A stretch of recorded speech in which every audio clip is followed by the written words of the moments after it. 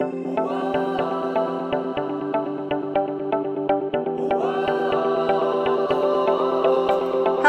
and welcome to this special episode of the Knit Sip Happy podcast. My name is Nancy, and I'm coming to you from the east coast of Canada, just outside of Moncton, New Brunswick. Welcome. Welcome if you're new, if you haven't tuned in before. If you've requested this video, here it is. This is not going to be my usual format of chatting about my knits and my makes over the last few weeks. This has been a requested video from viewers on how I modify my sweaters and my garment knits. So I'm going to be working from some notes, so it's not going to be my usual very sporadic, chatty, spontaneous kind of feel. I'm going to try and be a little more precise in my explanations, and I have a set number of things I want to talk about. So I excuse any ums or pauses or extra syllables and things as I'm trying to get this information to you in the most precise way possible.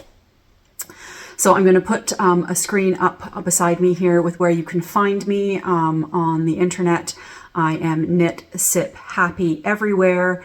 And if you have any questions or comments, please feel free to reach out either in the comment box below or through any of those other places you can find me. So, and here we go. So, it might be a drinking game. I have no wine with me today. I have some water, but I haven't brought it with me, so I'm anticipating this not being an overly long, chatty video, as I mentioned. But I will not be drinking wine today to make sure I can get this information out to you in the best way possible. So I'm here to talk to you about tips and tricks of how I modify my garments for mostly my pear shape. But you can easily use this information to modify your own knits. There's just good techniques and tips that I've picked up over the years of trying to do this. So this is not for a beginner knitter. You need to have some basic sweater knowledge. I'm going to be using terms and terminology and not explaining every single step and stage. So I would expect you to have some kind of basic garment construction knowledge because I'm not going to be going too deep dive. I'm just doing some generic how I modify my knits from existing patterns. I don't write my own garment patterns. I'm using existing garment patterns and modifying it to fit my shape and the way I like my garments to fit.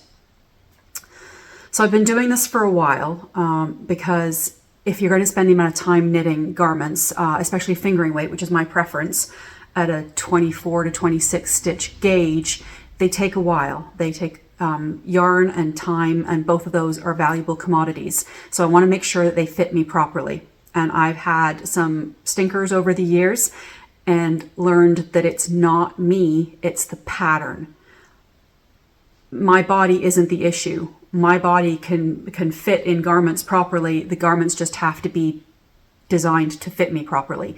And if I can't find that on Ravelry or wherever you buy your patterns, there's ways you can take the information in that pattern and make it what you want it to make. It's a powerful feeling to be able to make garments that you know that you'll love and fit you well. So a bit about me. As I've already mentioned, I'm a pear shape. My English granny told me before I hit puberty that I had childbearing hips. Isn't that just what you want to hear at 11, 12, I think I was? I have been a pear all of my life. Sometimes I've been a smaller pear or a larger pear, but I'm always a pear. So what that means, I'll put a picture of me up here, but what it means is I have smaller shoulders, larger bust, smaller waist, much larger hips. So if you think of a pear, you've got that small bubble at the top, a skinny bit, and then a bigger bubble at the bottom. That's my body shape. That's what I'm working with. And that's what I've been working with all my life, since puberty, basically. Clothing has always been an issue. Pants, always the waistbands are gappy in order to fit my hips. The waistbands are super gappy. Dresses are challenging because I need a smaller size at the top and a larger size at the bottom, which means I'm always looking for things like A-line, peplum, empire waist. Those kind of fits tend to make me feel comfortable and tend to suit my body shape the best. So when I'm starting to look for patterns, there's a few things I'm looking for. I'm very rarely going to find Empire, Peplum, A-line. So, but I still want to be able to knit the popular patterns, but I still want to be able to make them fit me properly. So Ravelry is a great tool for knitters because it's not just a platform to buy patterns, it's a platform to be able to see other knitters who've knit that same pattern, see what their modifications are, see the sweater on your body, on a body. My biggest request is if you are a Ravelry user and you knit garments, please take pictures of yourself in your garment. It is so helpful for other knitters to see that garment on a body in 3D, as much as a photograph can be 3D. A flat lay picture of a sweater, when I'm looking to see if it's going to fit me or if I'm going to have to modify it, a flat lay picture in my bust size range is useless to me. That doesn't help me see if it's going to fit me or if I'm going to have to make a lot of changes. Nobody likes having their picture taken. I understand that, especially if we've got body issues, which most of us do. But it's such a valuable tool, A, for yourself to see the garment on you in a photograph, but also for other knitters. And I always write my modifications in. I'm getting better at that. My earlier attempts, I don't necessarily have great notes. I try to make much better notes now, and I always take a picture of the garment on my body. I get so many messages through Ravelry and Instagram saying how much they appreciate seeing a sweater because they look like me. And now they know that they can buy this pattern or see that, make this sweater and have it work for their body. It's powerful, and we need to take advantage of that, I think. So that soapbox is over. Because when I'm looking for a pattern, I do go on Ravelry. I look at projects that have notes, that have photos, to see if people have done any modifications, if there's any issues that get flagged up. Sweaters, as they get into larger sizes, when they get graded, sometimes the grading isn't ideal. The necklines and the shoulders can be super wide to accommodate the measurements, the bigger measurements that are coming. And if you're like me, I have smaller shoulders and I don't like a big wide neckline. So I have to make accommodations for that. So if that's been noted in Ravelry by a knitter saying, oh, the neckline's too wide, if I hear that over and over and over again, I know I'm going to have to make changes to make that fit for me, so it's not sliding around and I'm not constantly fidgeting or pulling a garment, because that means you're not comfortable in it. So the other thing that I look at when I'm looking at a pattern on Ravelry is it's size inclusive. Not just because it should be, because we all deserve to have garments in our sizes, but because if you're going to be making modifications, it's helpful to have sizes on either side of you. So as I'm going through talking to you, I'm going to be saying things like, I choose a smaller neckline, but I need a larger arm side. So things like that, you can chop and change and use different parts of the pattern. But if you are in the largest size of the pattern, that doesn't give you anywhere to go. Contrast if you're also in the smallest size, you don't have anywhere to go to modify it. So try to find something that's got a good size range that accommodates your size with some room on each side, that if you need a larger sleeve, a smaller neckline, a smaller waist, a larger whatever, there are numbers there that will help you be able to make your own modifications. Ease. Recommended ease. It is a recommendation, not a necessity, because a designer tells you that they recommend 12 to 14 inches of positive ease on this garment. Does not mean you have to do that, but there could be other consequences. I've noticed a lot of patterns lately have been just saying modeled picture has so much ease. Modeled picture has so much ease instead of recommended ease. I'm finding the phraseology, the terminology is changing. So I'm assuming everybody knows what ease is. Positive ease makes the garment bigger than your body. Negative ease, the garment is smaller than your body. Zero ease, the garment is the same size as your body. I like to choose things with 2 to 4 inches of positive ease. I don't like to be swimming in my garments. As a bigger person, I find if I pick something with a lot of ease, it just makes me look and feel bigger, which is not what I'm going for. Ravelry. So that's looking at pictures and looking at notes.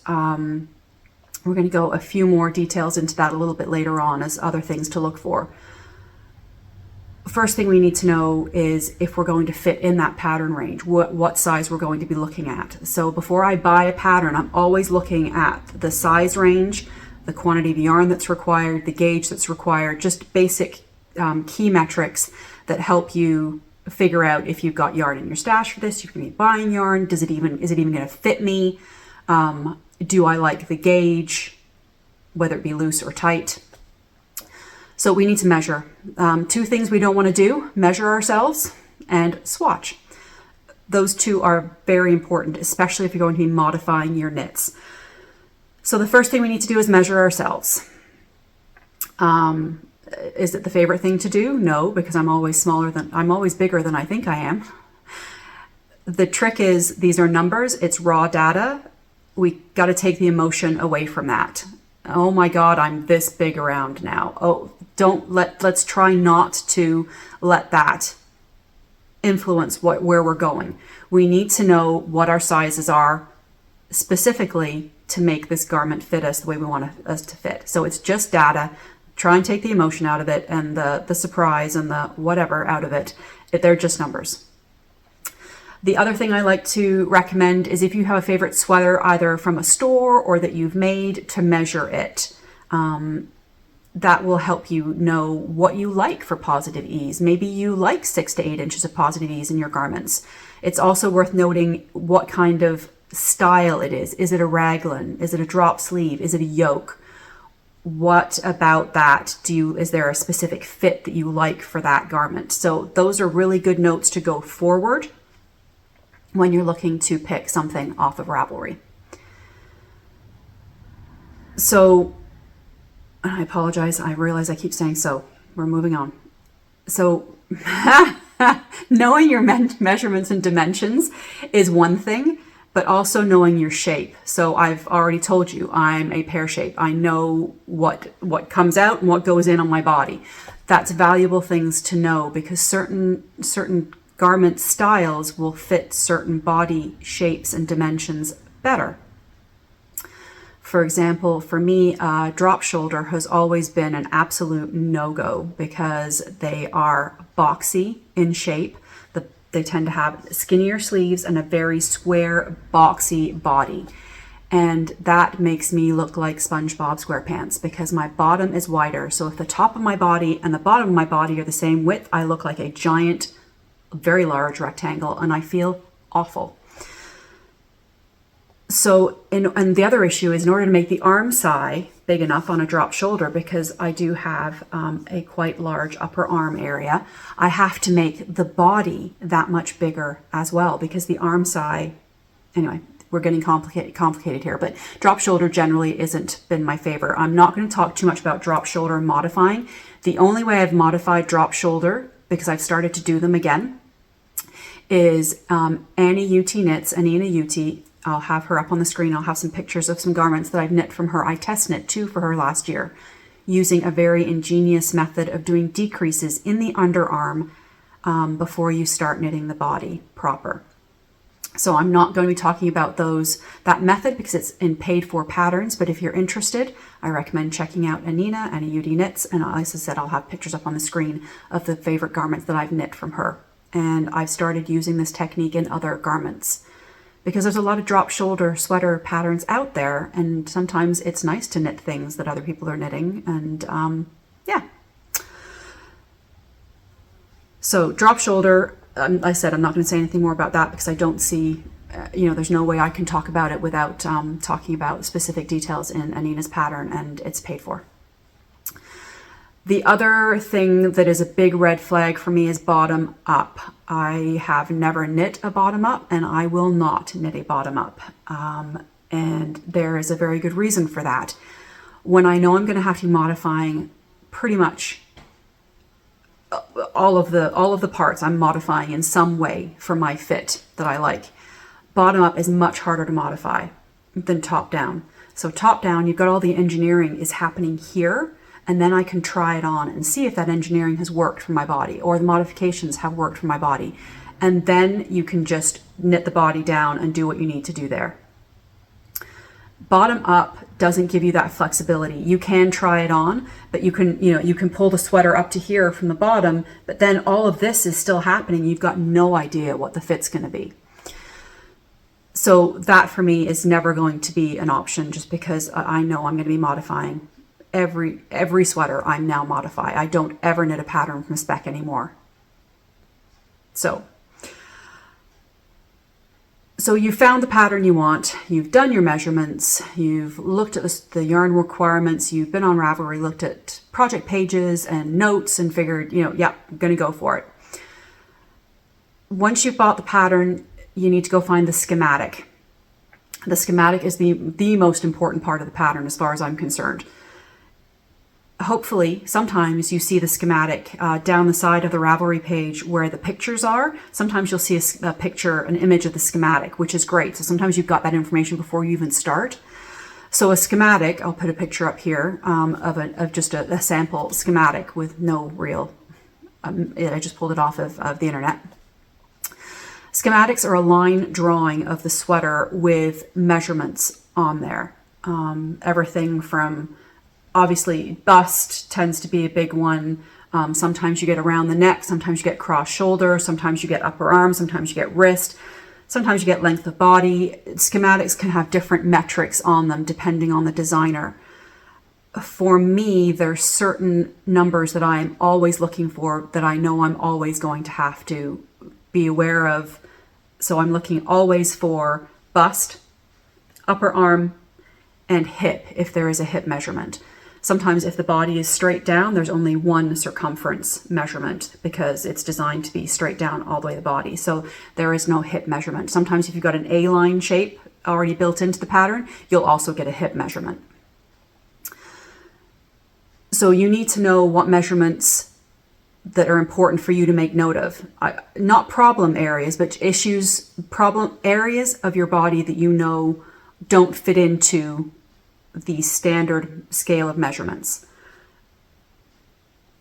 So knowing those measurements means that you know where you have to look on the schematic to make your adjustments. So I will print out that schematic page, or the page that the schematic is on, and you'll have a key. So you'll have A, B, C, D, whatever, and then there'll be measurements for each of those key metrics on the schematic.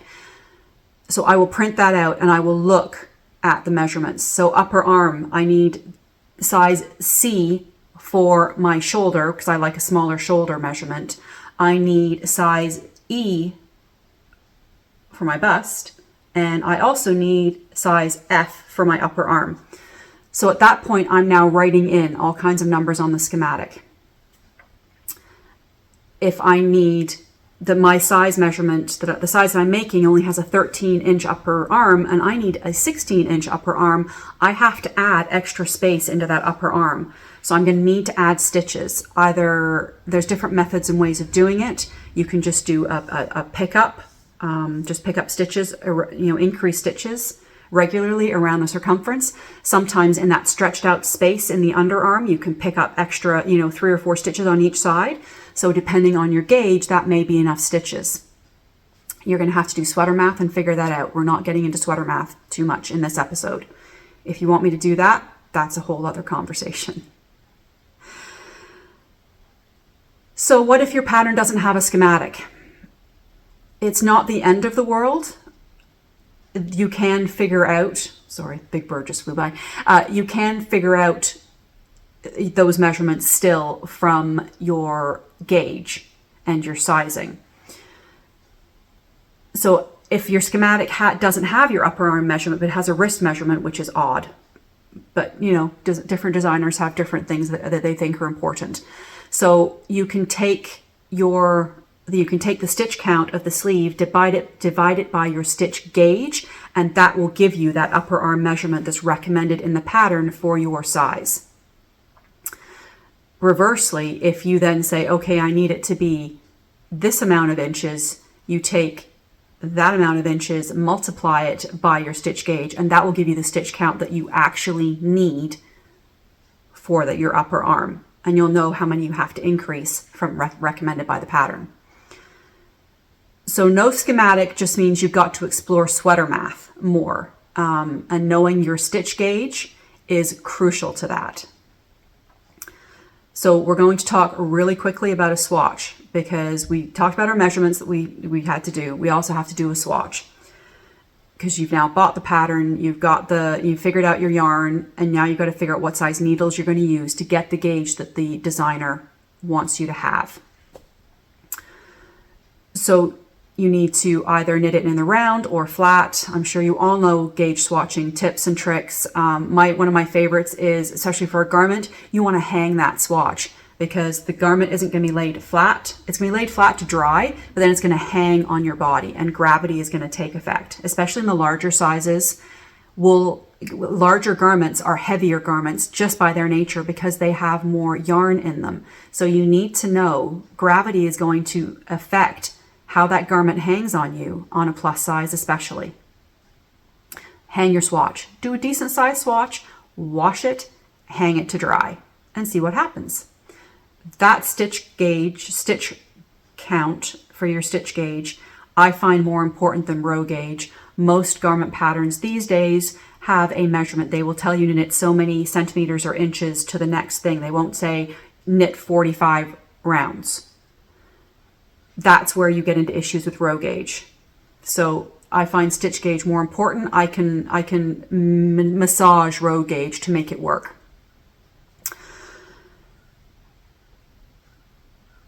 One other thing to consider, I've done a lot of test knitting over the years. I've actually mostly stopped doing that, because I don't want to knit the garment exactly as the pattern is written. But I've had interesting conversations that designers want you to make the sweater that's going to fit your body. A pattern is composite parts. You are the boss of your knitting. You are going to be knitting and wearing this garment. The pattern is not gospel. It is not the law.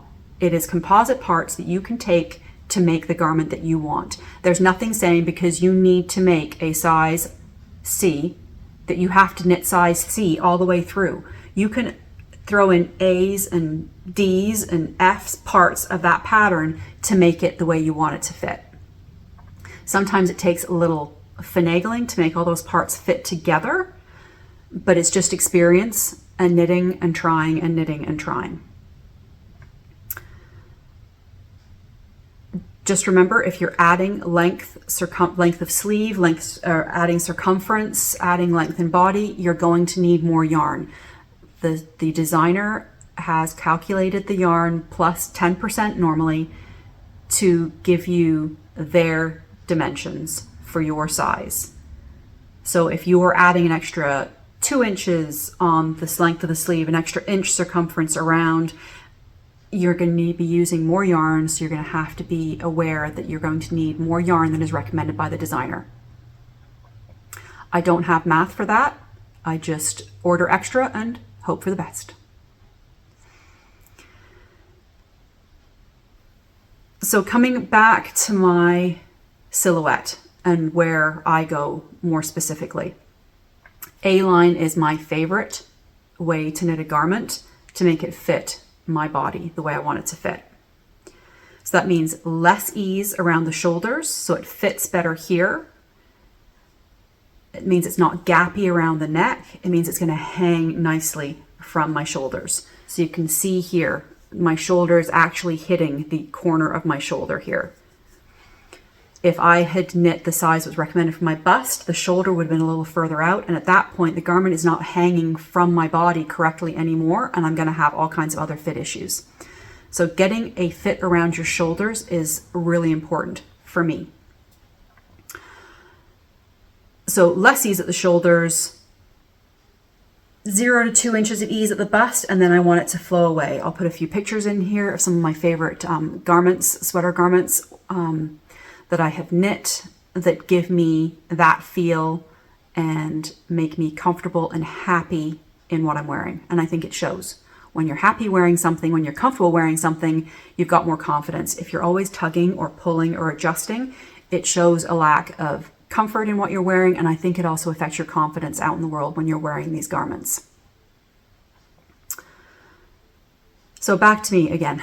A-line shaping, it's rare to find in patterns. I have found a few, and I go back to them over and over again, but they have also given me the tools to be able to make the adjustments that I make to my garments. I know that that fit works for me. Making A-line shaping increase is very easy, and we'll talk more specifics about that as we go on a little bit further. So as I already mentioned, top down is my favorite way to do it because I can make lots of adjustments. I can put stitches on hold and try things on and make sure the fit is where I want it to be before I progress to the next step, to the next modification. In order to be able to do these try-ons, you know, the barber cords, waste yarn, I like to use a 100 centimeter fixed circular. I can put the front of the needle, the front of the work on the longer fixed circular and leave the back of the garment on the gauge needle, the needle I'm knitting on, and then I can do an easy try on. If you're going to be modifying, trying on is very, very important because you need to know if you're on the right track. If you're leaving the path of the pattern, you need to try on to make sure that you're going the right way, that you haven't made a mistake. You can steam block your garment. If it's a yarn, when you swatched, you'll know if your yarn changed a lot during blocking. If it changes a lot during blocking, you may need to steam block or do a full wet block to try it on to see if you're happy with the fit. A lot of times I'll do the separation for the sleeves, get a couple inches below, then I'll put it on waist yarn or the barber cords and try it on. I don't very often have to do a block. Sometimes I will, but I find once I get past that 2 inches, that's kind of where I need to make sure the fit is right. I can adjust everything else from there. So if you're going to modify, here's the other thing. You need to be prepared to rip out. If you hate ripping out, then this method of knitting may not be for you. But if it doesn't fit, you've got to pull it back. You've got to try again. You've got to reverse what you did and make adjustments. Making notes either on pen and paper or through Ravelry or however you like to make your notes and keep track of your knitting. You need to keep all of your notes of your modifications. So if you have to fix it, you know where you were. If you were just knitting size 5 in the pattern, you could look at the size 5 specs. But if you've gone off pieced and you're no longer knitting size 5 for that specific part of your body, you need to know where your numbers are. So ripping is a fact of life if you're modifying knits. If you're worried about it, put a lifeline in. Just, if you've got an interchangeable set, you can easily put a lifeline in at a certain point that if you think you have to rip back. So if you think it's going to be at sleeve separation that your issue might be, I put a lifeline in a couple rows before sleeve separation, and that way at least you've got to stop. And then when you pull it back, your lifeline is in place, your stitches go back on the needle, and you try again. Okay, so let's do specifics of what I'm doing. So again, this is to fit my pear shape. I'm currently about a 49 to 50 inch bust, and that's hips I think are around, God help me people, my hips are around a 56 inch range, so you can see the difference. And then my waist goes into, I believe I'm about a 43, 42 inch waist. That one I didn't check before I came on, but either way, you can see I've got boom, narrow and back out. So I'm always choosing one size smaller for the neckband. As I said, some of the bigger sizes can be graded not great for the neckband, and it can be really gappy. And then depending on the yarn that you're using, you may get more stretched in something superwash, or if you're using a summer cotton style yarn, you get more stretch in those yarns. So I do prefer a smaller neckline for the most part. I always do extra short rows at the back. If there's short rows in the garment, I will do extras. If there's no short rows in the garment, I will put them in. My preference is German short rows. I find them easy to do and they don't leave the holes. I find wrap and turns can be a bit holy. They can be holy for me. So I've cast on a smaller size here. I'll increase out to the size I need for my bust. Sometimes even that means that this measurement, this sleeve depth or yoke depth is going to be a little shorter than I need. And a good schematic will tell you what that distance is, especially on yoke sweaters is usually pretty common, but sometimes you get a raglan depth. You should always have a raglan depth or a yoke depth that gets you to your sleeve. So once I've reached my number of stitches that I need for the front, if I'm still an inch short for the yoke depth that I want, I'll just do an extra inch of plain knitting to get me there. So again, you just need to be aware of your measurements, check your schematic, and always measure your work. Sleeves. We've already said I have a larger upper arm, so I always have to add extra stitches for my upper arm. And then if it's got decreases, I'll do it over this side instead. I have a very small wrist compared to the size of my upper arm. So I need to do a rapid decreases to get me to the wrist. So that will involve changing the rate of decreases. If I'm being lazy and don't want to, I will just do a straight sleeve knit, do a rapid decrease at the wrist and have kind of a balloon puffier sleeve. There's no shame in doing that if you don't want to do the sleeve math. The sleeve math, you're doing distance, so that does impact row gauge. So if I'm working on a size 8 sleeve, but I've got to get to a size 3 wrist, those numbers can be quite dramatically different. And so it's either speeding up the rate of decreases, they have to happen more often, and it also impacts the length of your arm. So when you're getting a sleeve length, you need to be aware of what your measurement is from your underarm to your wrist or wherever that garment is ending. So that's something I always have to be aware of as well. If I'm going to add in those extra stitches, I'm going to have to deal with those extra stitches to get to this narrower measurement.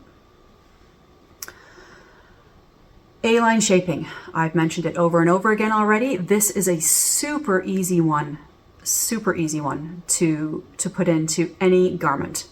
If you want a floatier away from the body feeling on your sweater, this is the way you're going to make it happen. I always put in stitch markers when I'm picking up the body at sleeve separation. You always cast on those extra stitches. In the center of those extra stitches, I put a little stitch marker on each side. So effectively, I'm making a side seam down the side of my garment on each side. So I have 2 markers. And one of them I will usually make beginning of round. Sometimes beginning of round is the back of the sweater. Usually I'll move the beginning of round to one of those garments, one of those side seams, just for ease. I always put those stitch markers in, even if the pattern doesn't call for it, and even if I don't think I'm going to do A-line increases. If I'm doing something cropped, I don't need to hit A-line increases, because I'll show you a couple pictures here of cropped sweaters I've done.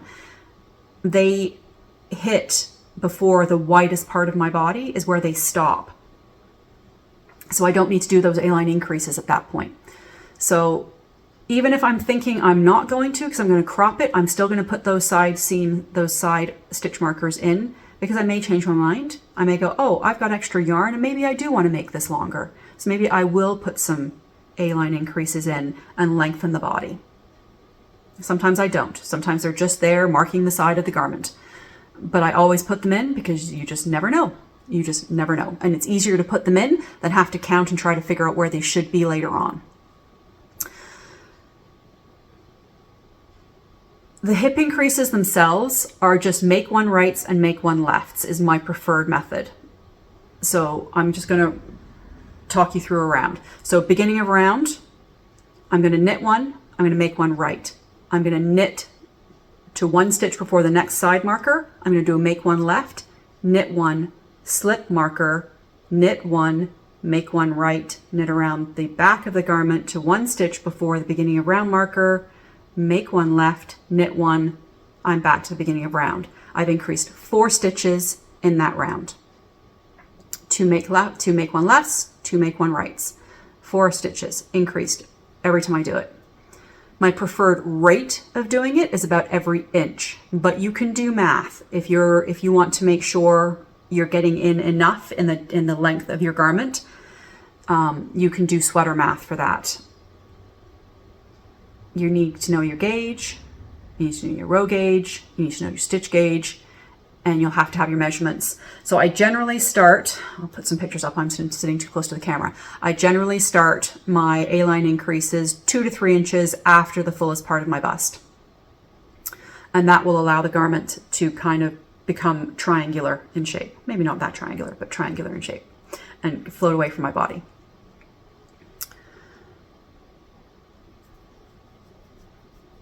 So I've got a little math written here. I'm going to put it on the screen as we're talking.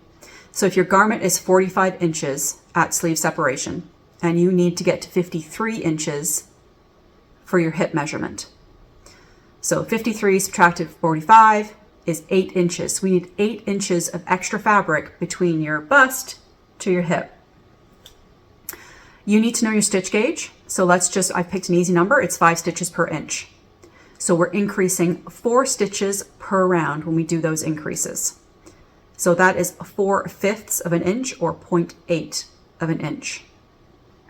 So if we divide 0.8, or we divide 8 inches, which is our desired differential measurement, so between bust to hip, we need 8 inches more fabric, 8 inches more circumference. So we're taking that 8 inches, dividing it by the 0.8, or the 4/5, and handily that equals 10. So we need to get 10 increases between that desired spot at your fullest part of your bust to your hip. So from there, you need to do your row gauge measurements and do the increases. You don't even need to do row gauge technically.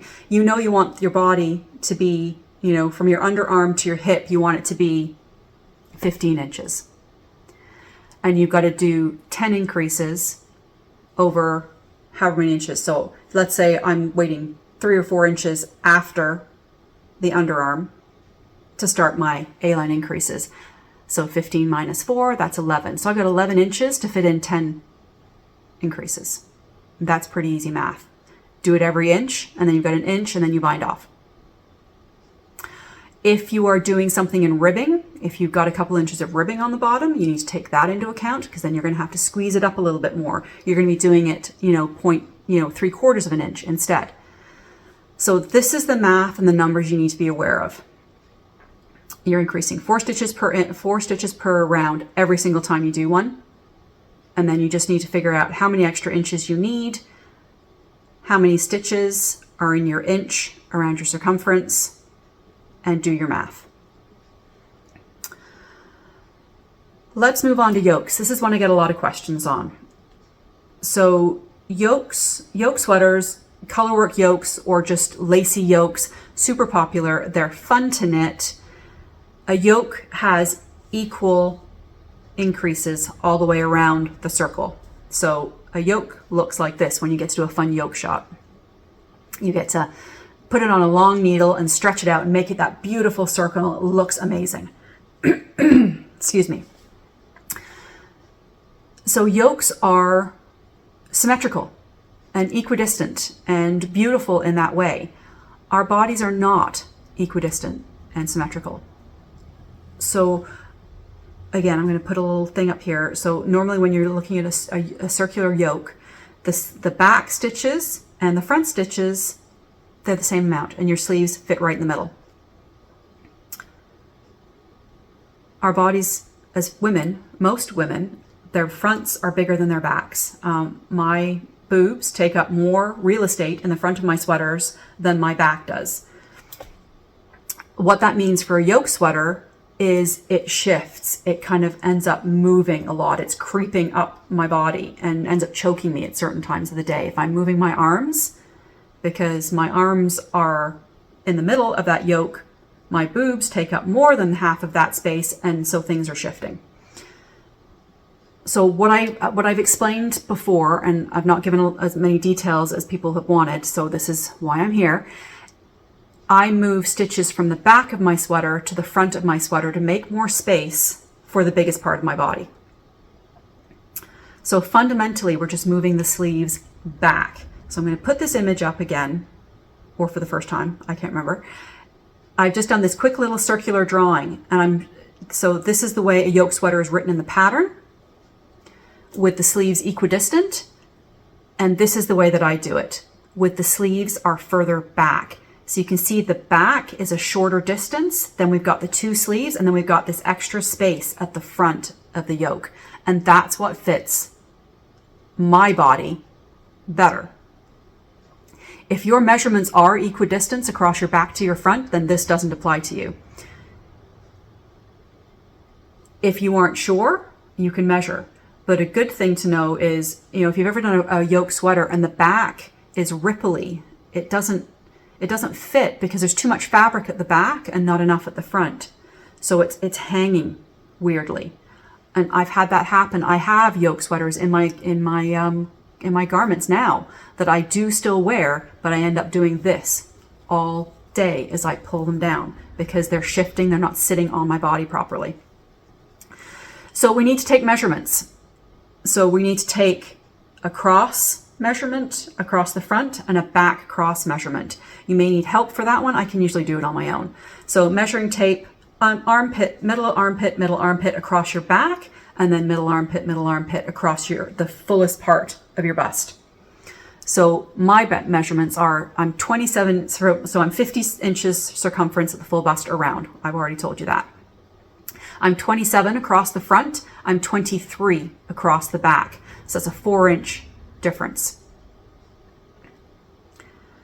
So here we go again for the math. We're going with a 5-stitch stitch gauge.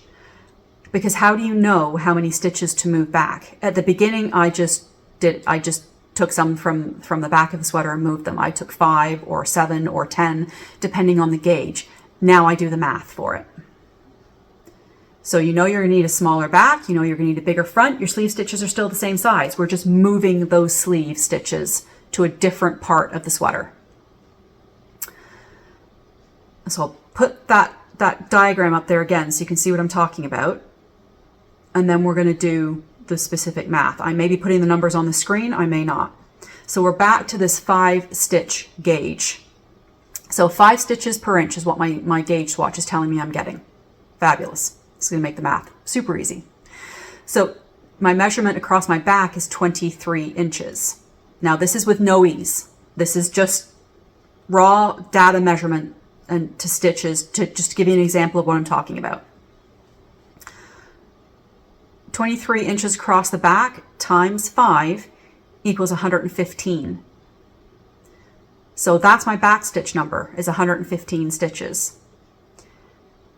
The front of my sweater, the front of my body is 27 inches. So I'm taking that 27 inches, multiplying it by 5 stitch gauge, 5 stitches per inch times the 27 equals 135. So those front stitches, I have 135, and the back stitches, I have 115. Okay, so now I need to know,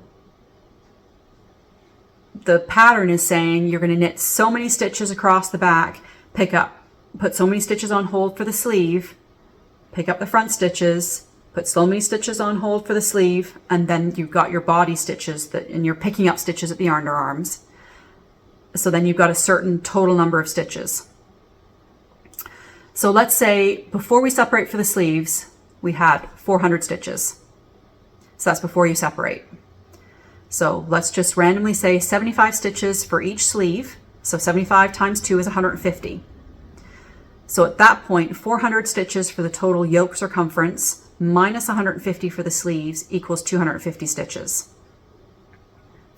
Then I'm going to, instructions say we're casting on 10 stitches at each underarm as we separate for the body. So that 250 stitches we had is you're adding another 20 to that. Okay. So I need to know from my numbers now, I had 115 I needed for the back, I had 135 I needed for the front. It's 250, right, and then the 10 for the underarm. There's a 20 stitch differential between that 115 and that 135, so I need to move 10 stitches from the back of the sweater to the front of the sweater on each side. Okay, so I'm going to knit 115 stitches. I'm going to cast on 10 stitches for the underarm, and then I'm going to pick up 135 stitches across the front. I'm going to cast on 10 stitches at the underarm, That's going to give me my total number of 270 stitches. But I've got 135 on the front, I've got 115 on the back. Does that make sense? I hope that makes sense. I'm going to have had the math on and this graphic coming back and forth as well with numbers, just to help you visualize what I'm talking about. It sounds more complicated than it is. You can throw caution to the wind and not do the math like I did at the beginning. And if it's a DK sweater, do 5 to 7 stitches, move them. And if it's fingering, do 10 to 12 per side. But you need to have your measurements to know what that differential is, just to give you some ballpark information. Raglan sweaters. I haven't done a lot of modifications to raglans. I think I've done it twice. I don't have math for you because I haven't done it often enough to be able to have it in my head. But it's easy enough to do. So when you're knitting a raglan sweater, you've got those diagonal increase points. 4 diagonal increase points. I'm not wearing a raglan today, I'm wearing a set-in sleeve. But you do your increase points at this raglan. There's no reason why you can't do less raglan increases on the back and more on the front to increase your stitch count for the front of the sweater and make it smaller on the back. You'd need to do the same kind of math to know the differential and to know what the stitch count that you need to end up at for the amount of ease that you want and the gauge that you have and the measurements that you have. Those are the things you need to know to be able to do this. But I have done it and it worked. I like the fit. I'm pretty sure I did it for my Saoirse. I can't remember if I put notes in or not for that. Yeah, so by doing more increases at the front, it's just making the front of your sweater bigger and the back of your sweater smaller in circumference. It doesn't affect the length. You may end up doing more plain rounds at the back because you'll reach your increase numbers faster, depending how you handle it. So blocking is also your friend. Knitted garments are very easy to manipulate and when they're wet, sometimes too much so. If you've blocked a superwash garment, you will know what I'm talking about. But sometimes that can be your friend. If you have not done the A-line increases, I've done this before, I've not done the A-line increases before I knew I could. I put my blocking wires in and I automatically stretch the garment out in a more triangular way from the underarm to the hip. And just give it a little tug and pin it, and that will give you that A-line shape without having to do the increases. You got to be careful because you can stretch it too much. So you're manipulating your yarn, your knitted garment when it's wet, and it can be a benefit for you, and sometimes it can come back and bite you in the ass. That fundamentally is it, my friends. I hope that has been helpful. If you have any questions, please put them below and I will answer them there. I will have links to my Ravelry profile below and notes, and I'll put pictures up. So if you have any questions, please feel free to get a hold of me. Be kind. I don't do this. I don't design sweaters. This is what I do for me. So if you feel this was valuable, please like and share with your friends and let me know if it was valuable. It has been invaluable for me and the way I love my knitted garments now. But I'm going to say goodbye. I'm going to say thank you for being here. Thank you for spending this time with me. And let's go forth and knit some fabulous sweaters. So with all of that, I'm going to say goodbye. Happy knitting, happy sipping. I will see you very soon. Cheers.